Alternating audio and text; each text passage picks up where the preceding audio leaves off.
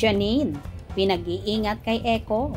Huwag daw gagayahin ang kantong queen na si Kailin Alcantara.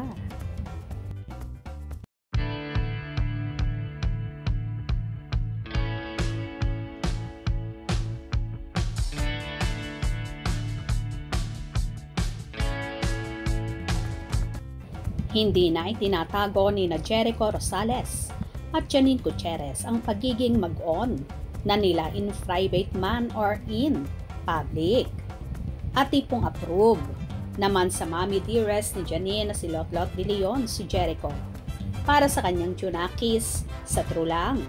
Kung sa bagay, wala naman siyang magagawa kung talagang nagmamahalan na nga sina Jericho at Janine, diva naman, mga marites at tribo ng mosang. Pero payo lang ng some netizens, dapat lang na magtodo ingat si Janine kay Jericho at huwag gagaya kay Kailin Alcantara na kandong queen kay Kobe Paras para makaiwas sa buntis issue.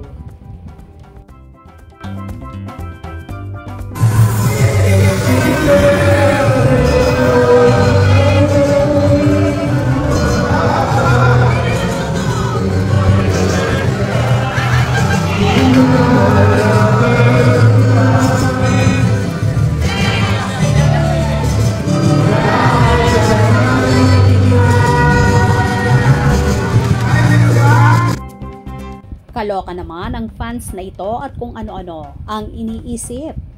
Wala naman sigurong masama kung magkakatuluyan sina Jericho at Janine kung sakali mang mabubuntis si Nini dahil nasa tamang edad naman na ito. Isa pa, ito ang matagal nang hiling nila Lotlot at Monching na magkaapo sa kanyang mga anak, lalong higit kay Janine dahil siya ang panganay. At wala namang pakialaman dapat.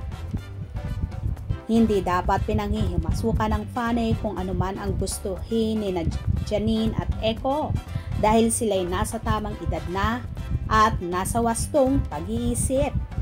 Kung nagmamahalan sila, gora lang. Wala namang masama doon dahil pareho naman silang single at available na ready to mingle. At for sure din naman, desperada si Janine na basta na lang magpapakandong kay Echo sa harap ng maraming tao. Kaya wag nang pakialaman pa at pangunahan sina Echo at Nini dahil alam naman nila ang ginagawa nila. Gets nyo ba? Kaloka. Kung nagustuhan nyo ang video na ito, please subscribe and comment down below.